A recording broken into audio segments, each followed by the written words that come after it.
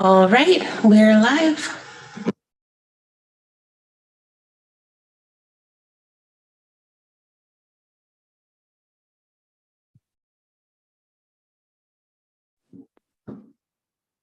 Are we ready to call our meeting to order? Yes.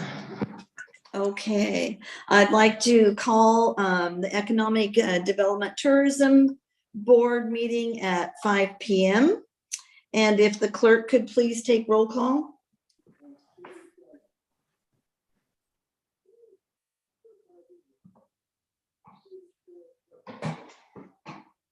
Commissioner Lean, Present. Commissioner Case, Here. Commissioner Moorhead, Present. Commissioner Warner, Commissioner Warner is absent. And Chamber Representative Allen. Present. Thank you. We do have a quorum. All right. Did anyone submit a public comment? I did not receive any public comments, and there is no one in the attendees list online. All right. Okay, let's move on to the consent agenda, please. Do we have a motion to approve our consent agenda? So moved. And do we have a second? Okay, all in favor, say aye. Aye. Bruce to speak and the mic, you gotta push the mic button. Yeah. Aye. Green. Yeah. Okay, if we're ready to move Commissioner on. Lean? Did you vote? Did I? Yes. Thank you.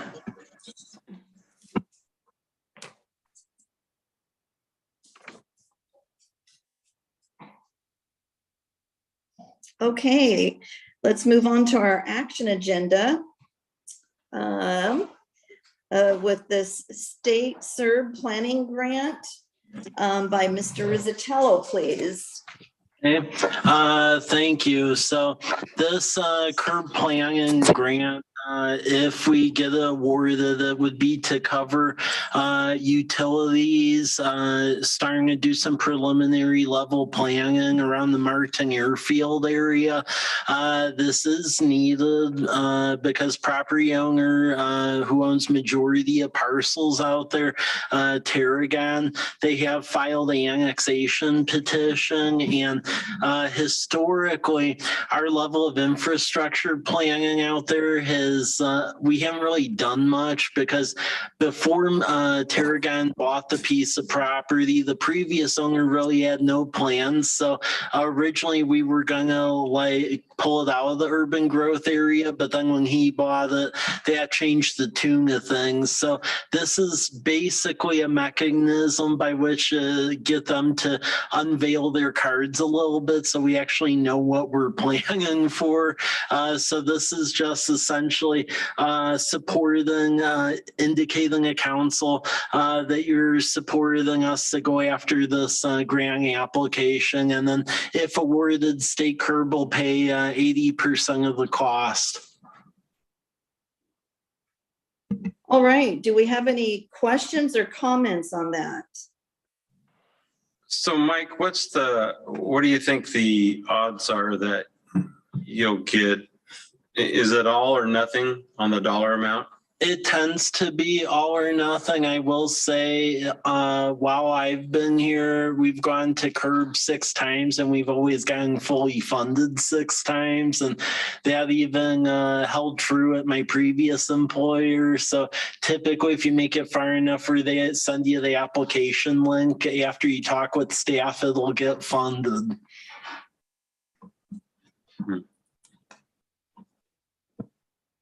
Which level is that? The 3 level? Oh, sorry. Which level is that?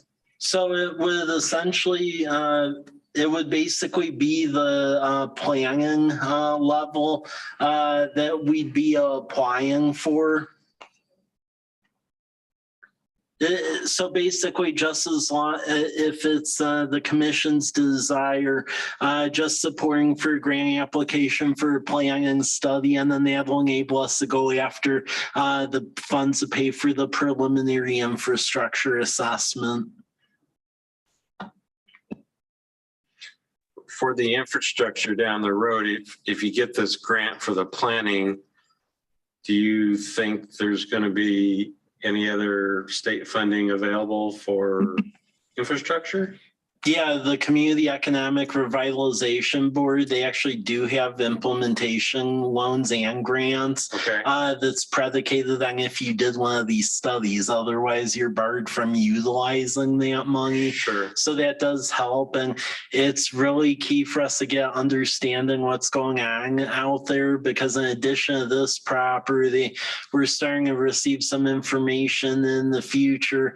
It's starting to sound like the university wants to be doing additional economic development on parcels it owns past there. So in order for us to even get near that, we need to figure out what we're doing here first. Okay, thank you.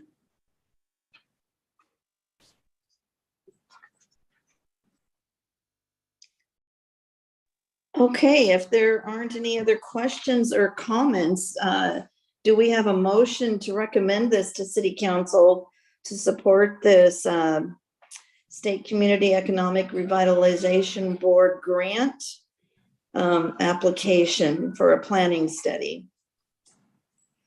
So moved. Do I have a second? Second. All right, all in favor, say aye. Aye. Aye.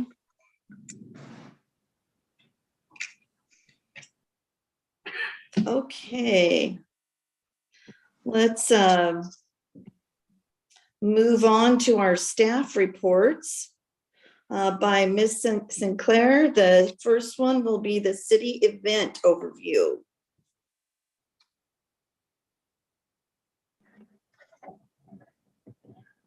Hi. City events are going great this year. College Place Farmers Market is still open every Thursday from 4 to 7 through the end of September. And it has, we've moved it from the municipal campus back to Lions Park for the remainder of this season. And that's at 801 Southeast Larch Avenue. In anticipation of the renovation of Lions Park next spring, we're planning to hold it at Kiwanis Park. Upcoming events include the Fall Festival and Winterfest.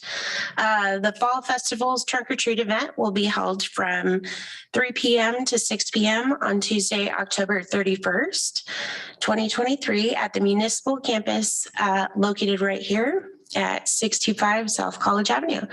And we're currently accepting participation forms for the event. Deadline for the submission of those forms is October 23rd. And you can get those forms on the website, or you can email our event coordinator, Athen Reed, or you can come in and request a paper copy in City Hall. Right now, we're still in the planning stages of Winterfest, but that's going to be on Thursday, December 7th, and we'll have more information available to you in an upcoming meeting. And we are looking for donors for fireworks, because we are going to bring that back. Because the laser light show, I'll just say, did not have the appeal of the fireworks. So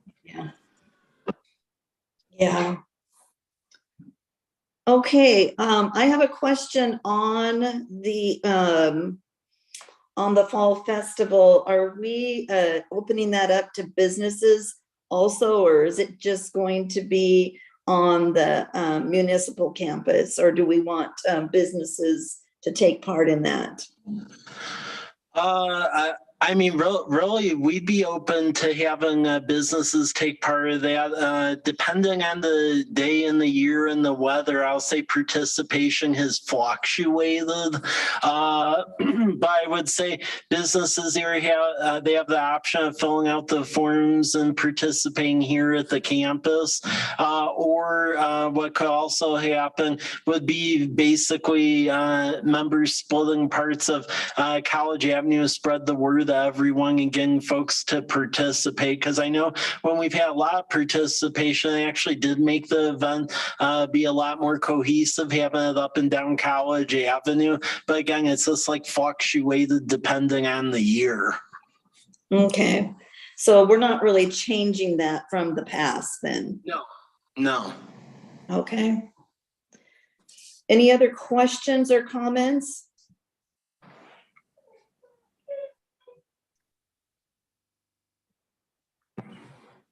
Okay, that sounds good. Let's move on to our Washington State DOT Post Office Crosswalk Project on South College Avenue by Mr. Rizzatello.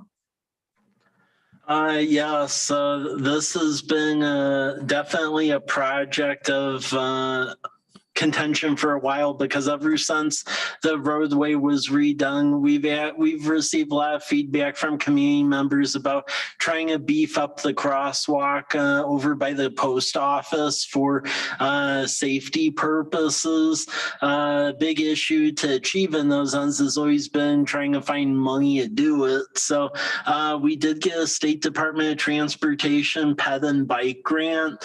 So basically this is going to cover some curb extension, rapid flashing beacon, and then pedestrian and bike counters as well, permanent ones. So we actually have permanent counting mechanisms over there, and then a gently raised crosswalk, and that'll definitely help beef up safety at the corridor, because as that area has gotten busier, we've had a lot of like near incidents over there, and it's been requested many a time. So it's good we got money to do this, and the full completion of this would be by next summer. It's been only near misses. Nobody's actually gotten hurt yet. No. That's good.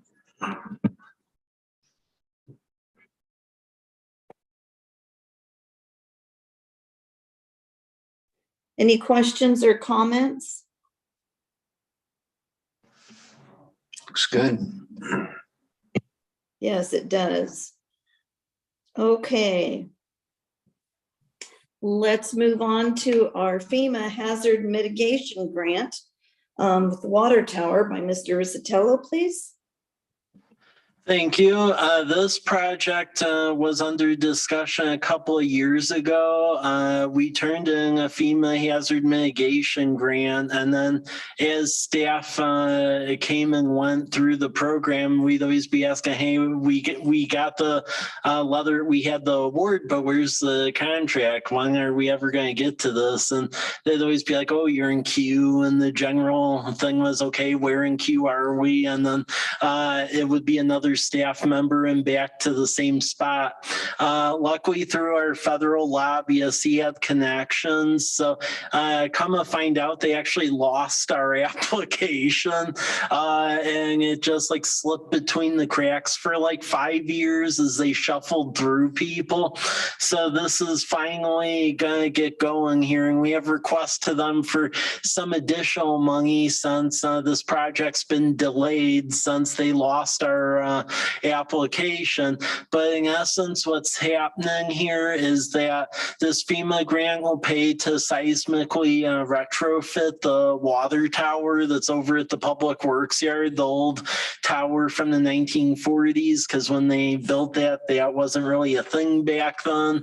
And then also this will cover to repaint the outside of it, because that is very old paint over there. So it'll do both the seismic retrofit and repainting it. So that engineering plans will be conducted all through next year with the remediation and seismic upgrade work being done in 2025. But I want to make sure that you were aware of this because this project's been floating around for a while and now it looks like it'll finally get going.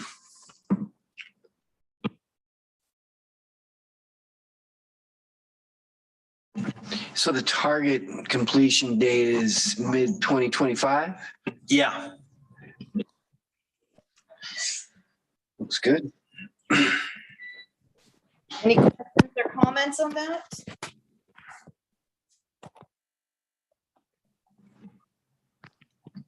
All right, let's move on to our draft community center floor plan and schematic by Mr. Sotelo, please. Thank you. So I believe this is the first time I've shown this to you, and I just want to get feedback on this. So you all know about the Lions Park project, but one item of contention has always been the community center because that's back, it was built in the late 60s with volunteer labor, and definitely something needs to happen with it, especially with the amount of funds and improvements that will be done with the overarching park. So now the federal Congress has brought back the congressional directed spending. We did put in an earmark request to basically replace the community center, and it's in the running for that. But then in addition, some other partners have come into the fold. So one item has been the lack of childcare in the valley, and there is a group that the state partners with called Community Minded Enterprises, and they can go for this like ELF grant through the state. They'll pay for their portion of a building. So it looks like they want to be a partner to establish a childcare facility at the park. And then the other thing that's come into the fold, and I'm actually going to be joining remotely their meeting after this meeting, is the Rural Library District. So originally their plan was to build a branch over next to the high school. However, based on costs they've encountered dealing with Tushy, a lot of the folks involved have tended to get of the opinion that it would be a long time to raise enough money to build that substantial of a building after having done Tushy. So they are now looking at partnering with us and essentially adding a second floor to this building and putting a library branch on the second floor. And this floor plan has been ever evolving because for a long time we were going back and forth with National Park Service because that park was originally funded by a National Park Service grant in the 1960s. And when they built the original community center, they never got permission to formally like build it on there. So we actually had to go through about a 3-year process to get formal like site permission and have a building on it, but we do have it. And in the appropriation, it's also written, and we turn this into federal government, that basically whatever square footage we need for this, we can do for the purposes of a community facility. But you'll see the plans as they stand right now. We have storage, restrooms. The bottom floor, we would have a commercial kitchen in there to help support the farmers market, a community room to replace what's out there now, an outdoor patio, and then preschool classrooms for that community-minded enterprises. Then if you scroll to page 2, this was working in consultation with the Rural Library District, but that's basically their request for the upstairs section of it. But the draft cost of this as it stands now is, we believe, around close to $7 million. However, when you split it 3 ways, essentially we have that earmark we put in from Senator Cantwell for 2.5. The ELF grant for community-minded enterprises would be around like 2 to 2.5, and then the remainder portion on the library, and then you actually have a project put together at that point. So this is what has been been put together so far. Just throwing this out to get any feedback on this, because we're trying to cobble this together so we can go after a lot of funding sources as we get into the new year. So I see you've got two preschool classrooms there. Who would operate those? Community-minded enterprises. So have you talked to the College Place School District? I've notified them of that. In fact, these plans went through the Park Harbor and Rec Board, and Jim Fry chairs that, so he's aware of it. So there's no interest in trying to work with our local school district to do that. We had the discussion with Jim on that, and I didn't receive any other comments to go another way on this. And this other group is willing to do all the legwork for that portion of the grant. Thus, we decided to see what we could do in that regard.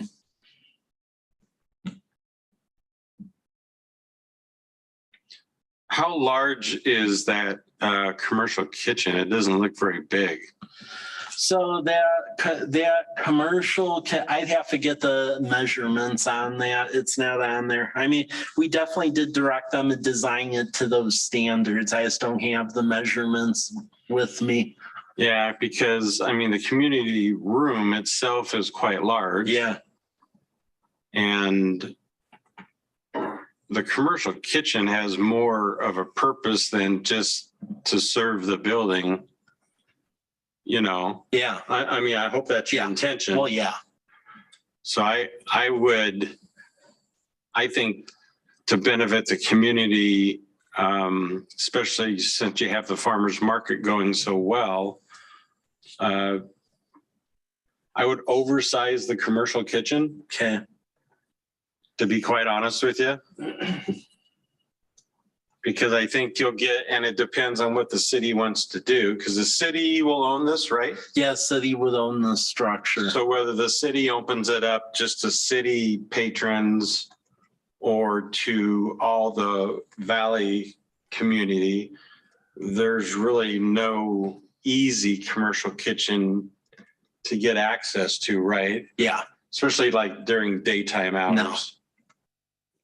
So that would be just a piece of feedback for you, Michael. Okay.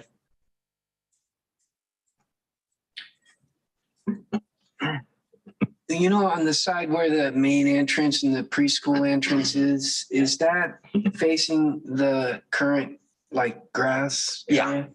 And you drop the existing building and this would just go in that footprint, Yeah. kind of leave parking generally available where it is. Yeah. Yeah, I want to second Doug's mention of the kitchen. I'm sure this is preliminary. Yeah. It's not to scale, No. but even if it's mildly close to scale, it needs to be, you know, it's about the same size as the, you know, elevator closet. Yeah. And yeah, having participated in all that stuff, I mean, Doug's just right on. That would just be such a great thing to have. So like, I can just speak from experience. The kitchen over at the Walla Walla Senior Center, which the city of Walla Walla owns, that kitchen right there is about as small as you'd want to be for a commercial kitchen. And they have, you know, some good equipment in there. They have an inside cooler. And that's one thing a person might look into. A lot of times, I know when Davis Elementary was built, you know, the cooler was inside the building. When we did the high school, we stuck a large portion of the cooler outside the building with the entrance to it, you know, in the building under security, but we didn't take up floor space within sight of a structure. So a person might maybe look at, maybe that needs to be repositioned somewhere to maximize the use. How many square feet is this, Mike? 6,700? Yeah. Okay. Yeah. And the second floor, is it similar? 6,000. Okay. Yeah. Okay. that would be the only thing that a person might evaluate. If there's a way to do that somehow. But, you know, either way, this is way better than what you have now. Right? So, you know, the whole preschool thing. So is that preschool or is that really daycare? It's really more so like a daycare type thing. So are they going to have educational staff or are they going to hire basically caregivers? So they were going to have educational staff too. And at what age level would it start? Do you know? So the age level that they were currently discussing was like in the around the 3 to 5 range. Okay. Well, I just hope that whatever we do as a municipality, that we try to coordinate with our local school district to have those students flow, you know, right into the next system, right? Yeah. And are these open just to College Place residents for the preschool slots? That's how it would work. Okay, That's how it would work initially. And then if there's like leftover ones, then it goes outside. But and you're allowed to do that? yeah. Okay, Yeah, when I initially had a discussion with this group, they were allowed to because they get all this like ECAP and ELF grant money from the state to Right. establish these all over. okay.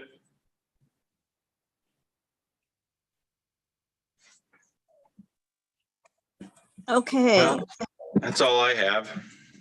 I have a question on the kitchen, and I may have missed this, but who's going to be in charge of renting that out? And how, I mean, this is something that we would be renting out to, giving that as an option to people, correct? Yeah.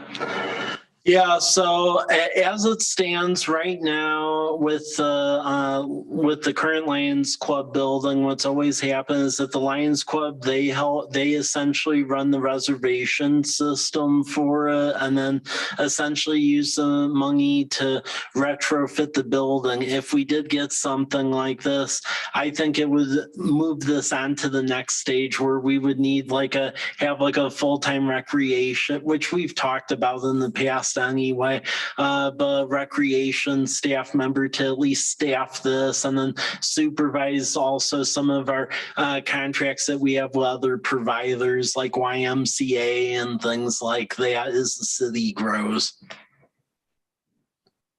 Okay, so would this be open to private parties like that wanted to use this kitchen for a product that they were going to sell, that they needed an approved kitchen to use, a commercial kitchen? That would be like the general concept behind it. That's what we were trying to fill that need, because we've heard that at the farmers market over the years about the lack of a space, and given that this would be immediately adjacent to it, that would seem to make sense. Okay. Okay. Well, I think that's a good idea. But yeah, I do think that we would need some type of a recreational director to be in charge of that, to make sure that the place is cleaned and everything for the next person. Yep. Okay. The other thing too is down the road, so assuming this all moves forward, Yeah. right? When you get to actually designing the kitchen, Yeah. to make sure you've got somebody who does that, and then make sure those plans get into Walwall County Health Department for plan review. Mhm. So you don't end up spending money twice, right? Yeah. Exactly. Exactly. Okay, well, I have Kelly. if there aren't any other questions or comments on that, let's move on to see, what do we have next on our agenda here?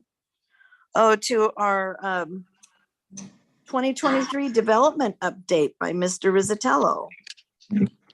Hey, thank you. So with this, I'll go over the status of things that have moved this summer. So Chipotle, they're very close to opening. I just received an update on that this afternoon. They're actually opening this Wednesday.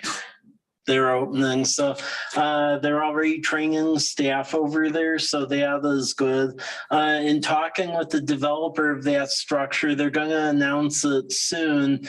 But there's another fast food sandwich tenant that's taken the second space in the building adjacent to the Chipotle. So that should be coming up this winter where that would open.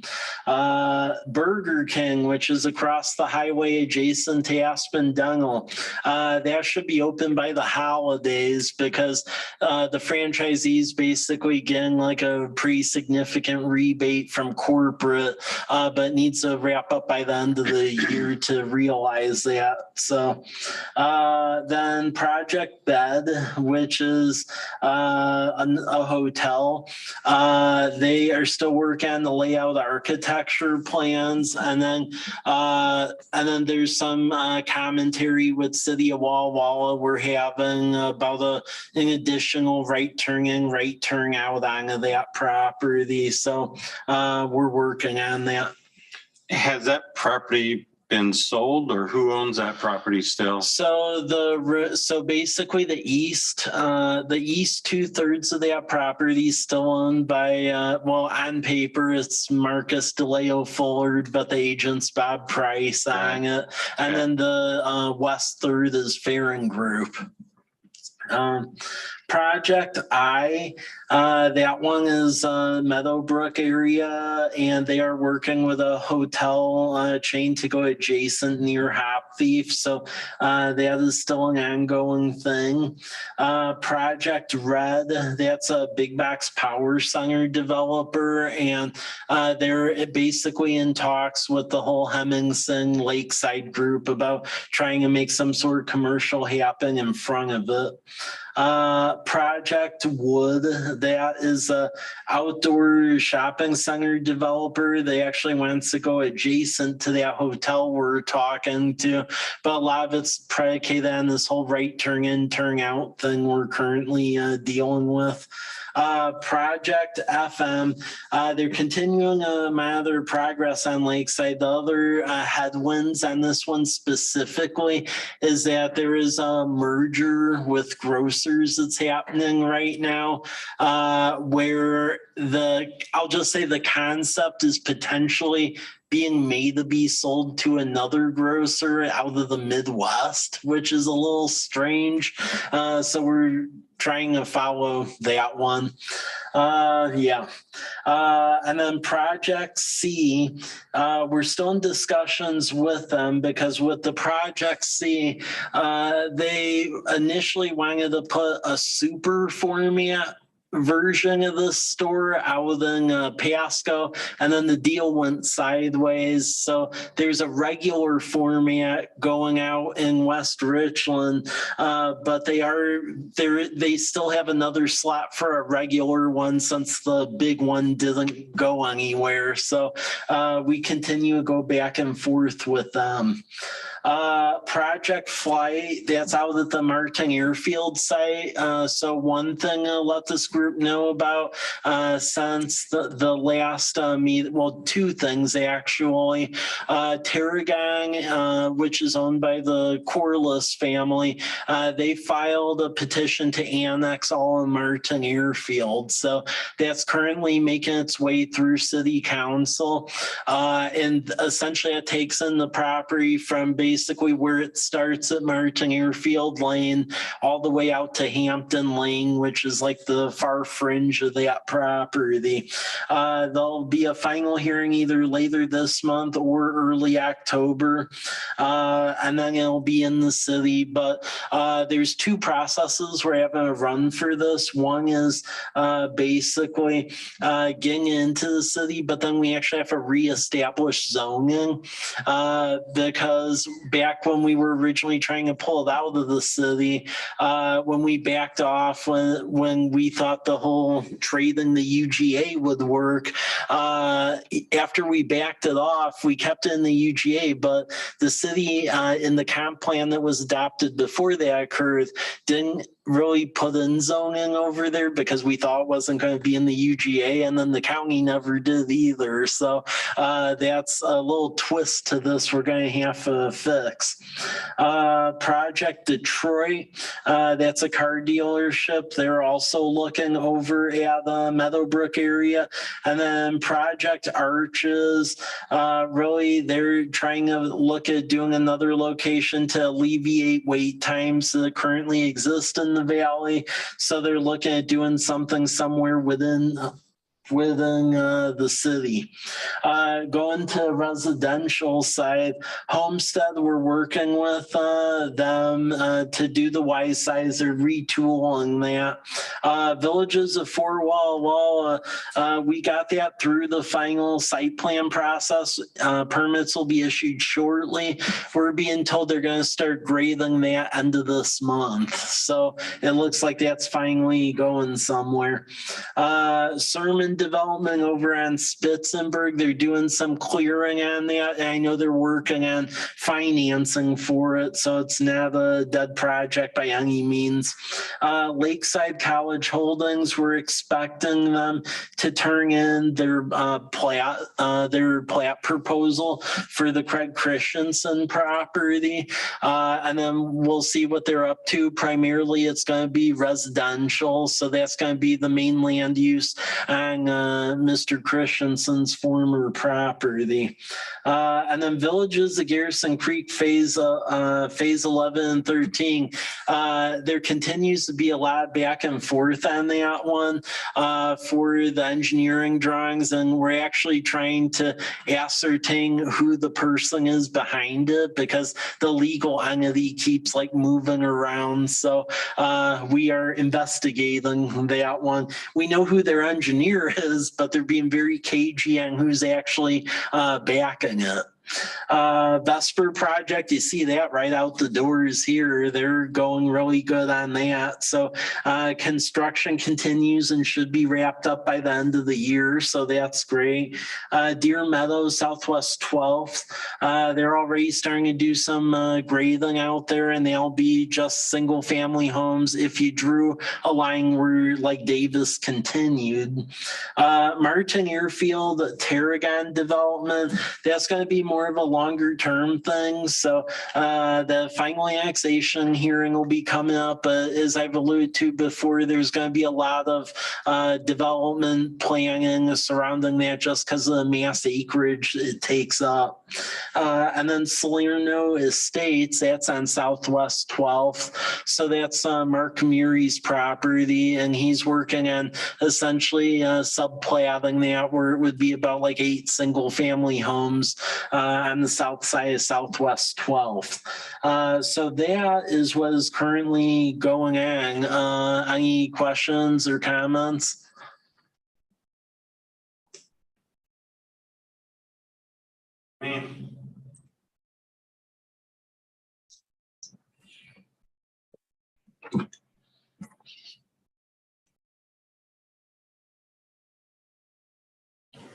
Oh, Kelly, you're on mute. I just realized that. Thank you. All right, let's, do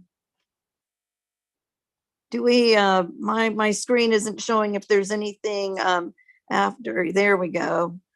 That we need our transportation benefit districts by Mr. Isatello, please. Thank you. So I'm going to go through the PowerPoint on this really briefly because we're going to be doing a survey and some public education around this.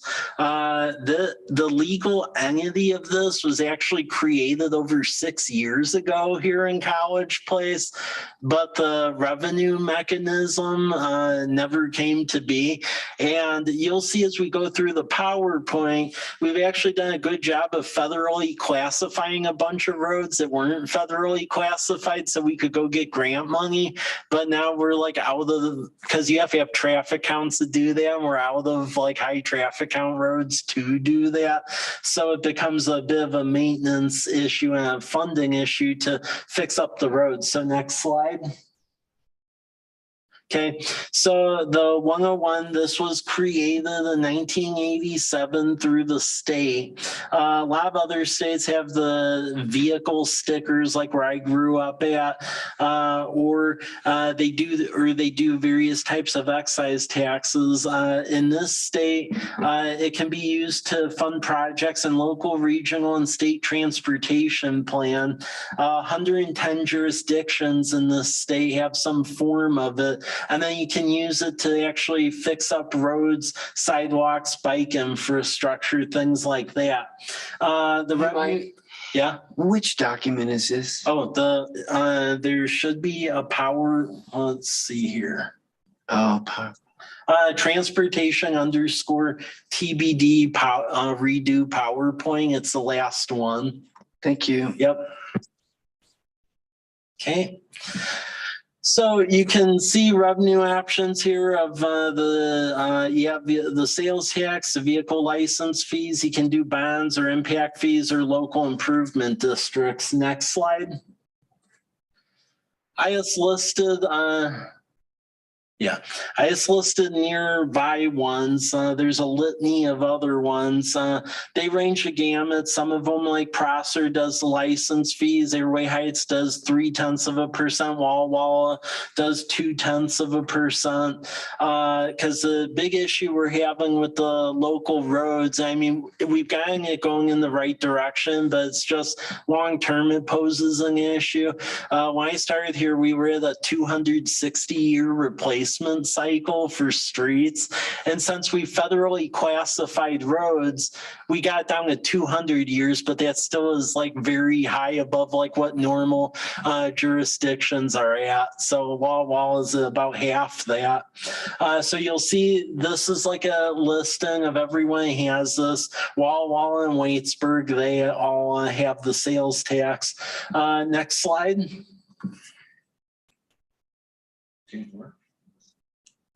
No. Oh, it's like stuck or Page down. oh, that's so the history in this city with this is that as soon as I started here, we started reviewing options for where there were deficiencies in operations and revenue. And this was one of them because of that replacement cycle issue I mentioned. So in 16 and 17, we went through the long, arduous process of actually doing the ordinance, creating the legal district, and doing the whole 9 yards. And then for a city to assume it. However, after that, essentially, there was never a conclusion to this thing. So no revenue mechanism was ever decided upon. So what we've done over all these years was to keep federally classifying roads. However, as we keep turning in these lists of roads to classify, the state's even been at a point where we're like, okay, we think you're at your limit because compared to other cities that are just as dense, you're like trying to classify everything. So we've been successful at getting the grants for federally classified roads, but the local ones you can't get any sort of grant, and then you're left with having to do the state gas tax, but that's been declining because of fuel efficient vehicles going from 120,000 the year I started down more so to around 90,000. So you have revenue essentially going down because even with these increases you see at the gas pump and stuff, the cities aren't capturing that. The state is capturing all of that as part of that whole Climate Commitment Act thing. So the localities are not seeing that. So what was going from 120 to 90? Basically revenue pertaining to state shared gas tax. Yes. Just total Yeah, total. revenue, Yeah. 120,000 Yeah. goes to 90. Yeah. Yep. Yeah, so that it's a history. We have like a ghost TBD, but we've like never established a revenue mechanism. Next slide. Okay, so this, again, I'm trying to show where our whole network is. So federal classified road network, all the red lines are roads we federally classified. And if you look at the state map compared to every other jurisdiction, I would put money against anyone that they don't have the amount of roads that we've been able to classify. So you'll see a lot of them are classified, and we always get this line of question from a lot of residents about like, well, hey, Birch Street, the pavement's horrible, but I think it's a bad thing that you repaved Lamperty or like Academy Way. And the reason is because it's federally classified, so you can get grants. Birch, you can. You'll see that we've added quite a few. So Southeast Scenic View, Larch Commercials now classified, 8th from College of Larches, and then a little portion of commercial is as well. Next slide. But then the local road network is all this in yellow here. And you'll notice that the pavement condition and a lot of this is where the yellow is at. Like we get a lot of comments about folks not liking the chip seal, but that is a maintenance activity we've done so the roads just don't completely blow apart. That's the only option. So as you can see, a lot of the roads where folks tend to have opinions about are these local ones. So Birch, Cedar, B, Spitzenberg, Evans, Southeast 6th, many others. Next slide. So we've always had the intangible feeling of like, hey, we're starting to approach a precipice here with the road conditions. Last year was the first time we actually paid for a professional actually do pavement ratings to professionally quantify it. This group has done it for Pendleton, Oregon and Richland. And right now we're holding our own. You can see the lion's share of them are good. But then the fair poor and very poor tend to go toward the local roads. As you'll see in the upcoming slides, if you do nothing, it ends up quantifying in the wrong direction. So basically the report detailed several recommendations. I would say the most alarming one is that, as you all know, we have a quite lengthy capital facility plan we try to get outside grants for. And what the study said is even on top of that capital facility plan, we were still off of the delta of maintaining the road network by over $10 million, even on top of that. So we have an issue here. So they basically developed 4 models. One is like if there was a massive pot of money, how would you quantify it, the 10 million? The other one was just trying to chug along with the current money of the 95,000. The third one was 300,000, which closely gets to a 0.1% sales tax. And that's a newer concept because up until last year, sales tax, you had to do a vote of the people on everything and then see where it went. The 0.1%, you can now do that councilmanically where they can do 0.1%, and it doesn't have to be renewed, unlike the higher ones. So it at least allows you to slowly whittle away at it. And then the fourth one was 800,000, which is like if you started doing the voter approved ones, where that would get you to. Next slide. Then this just shows the lifespan of pavement, which is, really it's about trying to get to it in a timely manner and not like 200 years, because then there are overlays and other treatments you can do at the end of the game ends up being a lot more cost effective than just letting it blow apart and having to do a full rebuild. Next slide. So this pavement management report quantifies, they basically drove all of the roads and did ratings block by block of where everything was at.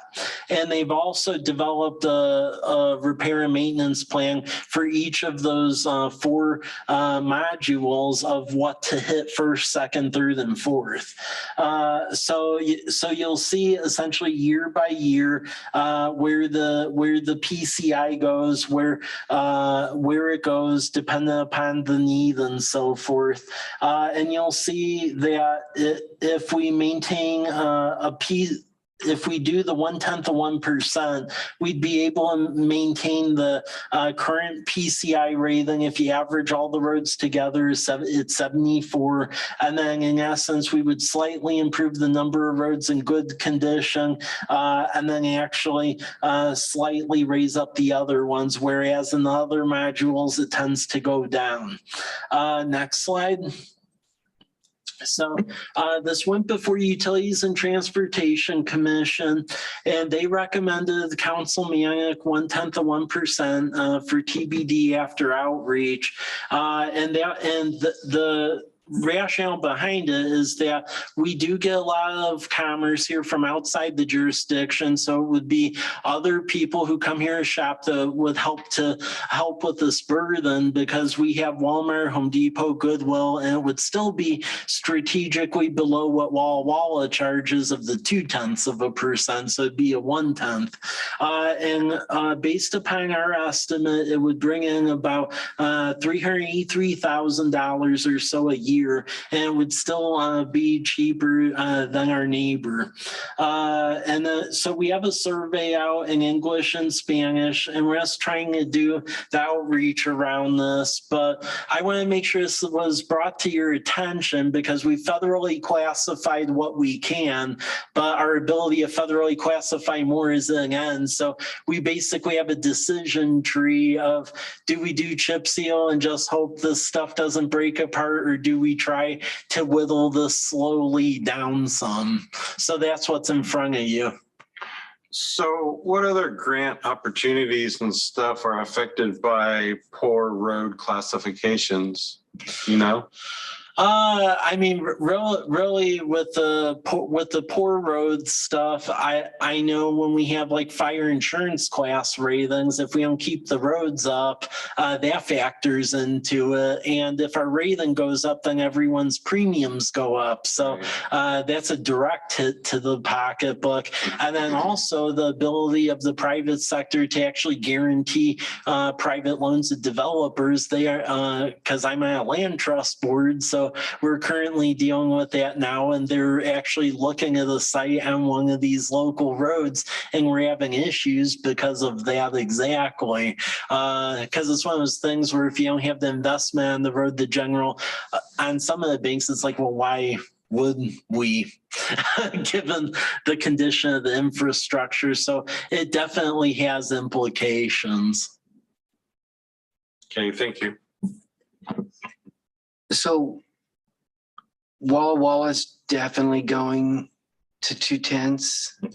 That they have, in fact, so they had a 10th up until It last year. says TBD. Oh, it's Transportation Benefit Oh, District. sorry. The same abbreviation. So Walla Walla, they're actually on their like 11th year of this. So they had a 1/10 for 10 years, and then they re-upped it to 2/10, which is currently in effect, and they're in their first year of this like second renewal term. Of the 2/10. Yeah, of the 2/10. And rather than go propose that here, you just want to do the councilmatic amount. Yeah, because I think it would show folks the ability of what can be done. And then the other thing too is we also have it's one thing, like for instance, when there was the whole debate about annexing into the library district or not, because there was a lot of opinions all over the place and stuff on the whole road thing. Like I get a lot of emails, and so does staff. This road's horrible. Go magically fix it and stuff. So we know there's that need, and if we do the voter thing, and let's say the thing is running it on a ballot costs money. So like the rural library district, that ended up being $40,000 putting that on the ballot. So do we flush out $40,000 on some we know regardless is a need? So you showed us this thing quite a while ago. Yeah, like 6 years ago. Well, no, I mean, it's been in the last 2 years. Well, initially when Yeah, it was, yeah, you gave us an Yeah. overview. yeah. So what's the next step for the councilmatic move? So next step. Why for- hasn't it been done yet? Well, I will say when this was originally proposed, it was, I would say when I was working with the past mayor, there was a decision between looking at the utility taxes or the transportation benefit district. And at the time, our staffing was so low, it was decided that we didn't really want to be approaching both at that same time. So to triage the organization with the utility tax, and that was the decision. We moved forward with that. And at the time we thought, hey, we could keep federally classifying roads and then try to get grants for stuff. It's starting to become clearer and clearer that has now hit a brick wall on these remaining streets. So it really becomes a binary decision. Do you try to start dealing with it and then get the local money to start whittling this away? Or do we just keep trying to do layers and layers of chip seal and hope it doesn't break all apart? No, thank you. That, I understand. Yeah.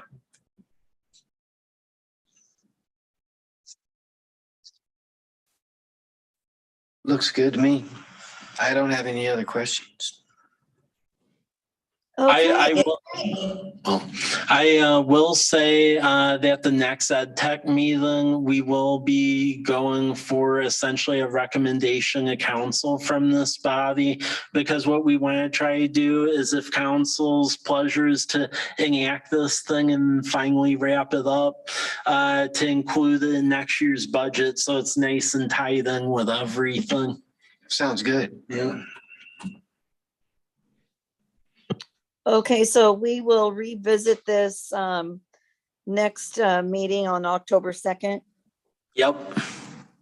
Okay. And this is just a reminder that our next meeting is October 2nd on Monday at 5 p.m.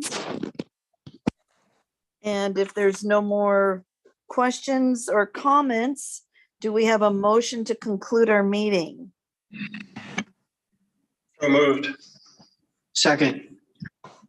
And all in favor, say aye. Aye. Aye. All right. If there's no objection, the meeting is now concluded at about 6 p.m. Thank you very much.